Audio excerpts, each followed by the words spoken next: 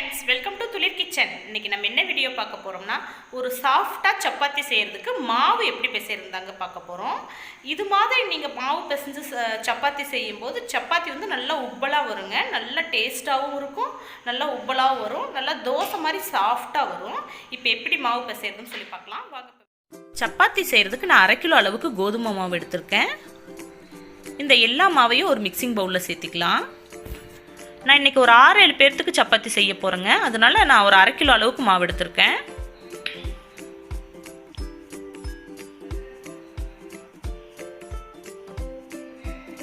இதில் தூள் உப்பு 1 டீஸ்பூன் அளவுக்கு சேர்த்திக்கலாம். இந்த தூள் உப்பு வந்து நான் கல்லுப்பை வீட்டிலேயே அரைச்சிக்கிட்டேங்க மிக்சியில். கடைகளில் வாங்குகிற தூள் உப்பு வந்து அந்தளவுக்கு ஆரோக்கியம் இல்லை அப்படின்னு சொல்கிறாங்க. அதனால் நான் கல்லுப்பை தாங்க அரைச்சி சேர்த்திக்கிறேன். நீங்களும் முடிஞ்ச வரையிலும் கல்லுப்பை யூஸ் பண்ண பழகிக்கோங்க. இதை ஃபுல்லாக பெசரி விட்டுக்கலாம். உப்பு ஈவனாக எல்லா பக்கம் ஸ்ப்ரெட் ஆகட்டும். இதில் வந்து ஒரு சின்ன டம்ளர் அளவுக்கு பால் எடுத்துக்கிறேங்க. ஒரு 100 ml இருக்கும் பால் எடுத்துருக்கேன். பால் வந்து முற்றிலும் ஆப்ஷனல் தாங்க, கம்பல்சரி சேர்த்தணும்னு அவசியம் இல்லை. பால் டேஸ்ட் பிடிக்காதவங்க சேர்த்திக்க வேண்டாம். பால் இல்லாமலும் நல்லா சப்பாத்தி சாஃப்டாக தான் வரும். இது கூட நான் பச்சை தண்ணி தாங்க சேர்த்திக்கிறேன். கொஞ்சம் கொஞ்சமாக விட்டு பெசரிக்கோங்க. சப்பாத்தி மாவு வந்து கொஞ்சம் இலகுவாக இருந்தால் நல்லாயிருக்கும், சப்பாத்தி சாஃப்டாக வரும்.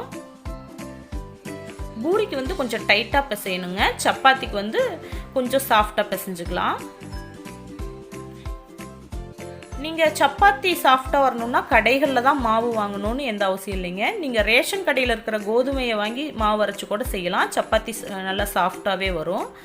அதே மாதிரி பால் சேர்த்தணுன்னு எந்த அவசியம் இல்லை. தண்ணியில் மட்டுமே உங்களுக்கு சப்பாத்தி சாஃப்டாக வரும். பால் சேர்த்தும் போது கொஞ்சம் டேஸ்ட் அதிகமாக இருக்கும், அவ்வளோதான். இது மாவு வந்து நல்லா கரெக்டாக பேஞ்சிருக்குங்க. தண்ணி கரெக்டாக இருக்குது. ரொம்ப பிசு பிசுன்னு இருக்குதுன்னு நினைக்க வேண்டாம். ஃபஸ்ட்டு அப்படித்தான் இருக்கும். இதை வந்து நல்லா பிசையணும்.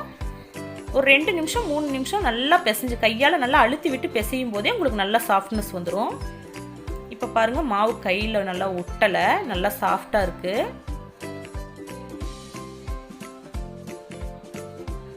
பாருங்கள் எவ்வளோ சாஃப்டாக இருக்குது.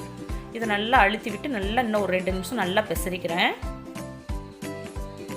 நல்லா எவ்வளோ தூரம் பிசைகிறோமோ அந்த அளவுக்கு மாவு நல்லா சாஃப்டாகுங்க. டேஸ்ட்டும் நல்லா சாஃப்ட்னஸும் கிடைக்கும். இது கூட நல்லெண்ணெய் ஒரு 2 டேபிள் ஸ்பூன் சேர்த்து நல்லா பிசைஞ்சுக்கிறேங்க.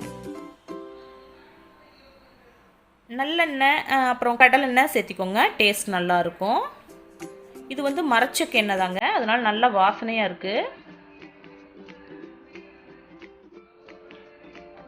இப்போ எண்ணெய் விட்டும் நல்லா ஒரு 5 நிமிஷம் நல்லா பிசறிக்கோங்க. ஒரு 2 நிமிஷம் 3 நிமிஷம் பிசறினாலே மாவு நல்லா சாஃப்ட் ஆயிரும்.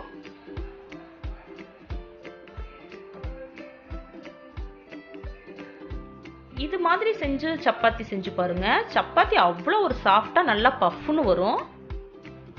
தோசையை விடவே நல்லா சாஃப்டாக இருக்கும். நிறைய பேர்த்துக்கு இந்த மெத்தட் தெரிஞ்சிருக்கலாங்க.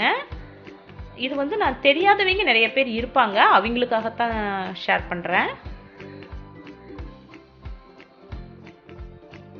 எவ்வளோ சாஃப்டாக இருக்கு பாருங்க. இது மாதிரி சாஃப்டாக பிசைஞ்சுக்கோங்க.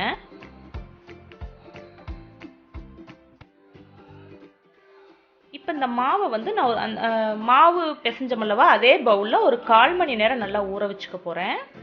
இப்போ மாவு உணராமல் இருக்கிறதுக்காக நான் ஒரு 2 ட்ராப் ஒரு 3 ட்ராப் மட்டும் எண்ணெய் மேலே பூசி விடுறேன் அப்படியே கையால்.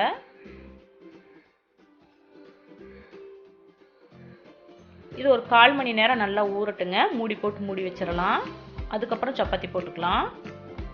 இப்போ 1/4 மணி நேரம் ஆயிடுச்சுங்க. மாவு நல்லா ஊறி இருக்கு, சாஃப்டாக இருக்குது.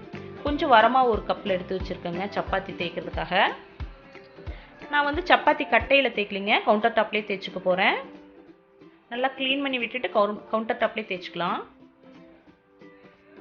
வரமாவு தூவி நீங்கள் சப்பாத்தி தேய்க்கும் போது நல்லா சப்பாத்தி ஒட்டாமலும் வரும், நல்லா சாஃப்டாக தேய்ச்சிக்கலாம். அதுக்காக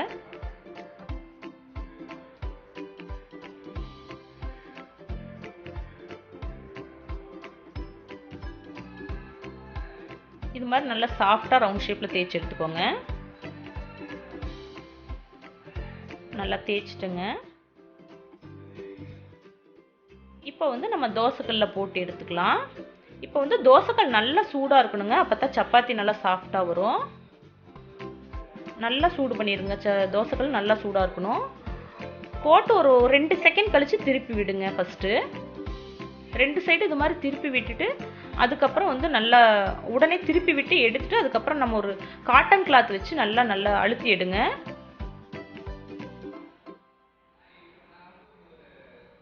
பாருங்க, இப்போ நல்லா சப்பாத்தி நல்லா பஃப்னு வரும்.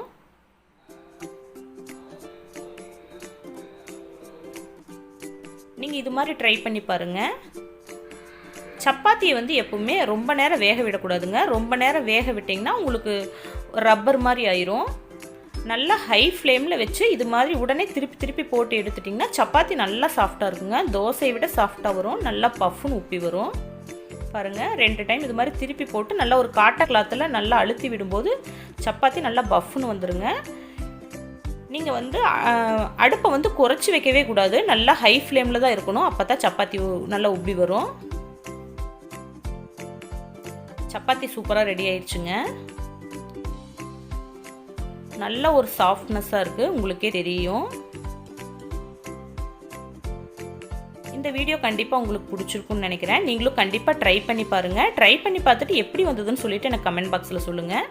இந்த வீடியோ உங்களுக்கு பிடிச்சிருந்துச்சுன்னா ப்ளீஸ் லைக் பண்ணுங்கள், ஷேர் பண்ணுங்கள், மறக்காமல் சப்ஸ்கிரைப் பண்ணுங்கள். பக்கத்தில் இருக்கிற பெல் ஐக்கானை கிளிக் பண்ணுங்கள். அப்போ தான் நாங்கள் போடுற எல்லா வீடியோஸோட நோட்டிஃபிகேஷனும் உங்கள் மொபைலுக்கு வரும். Okay friends, thank you.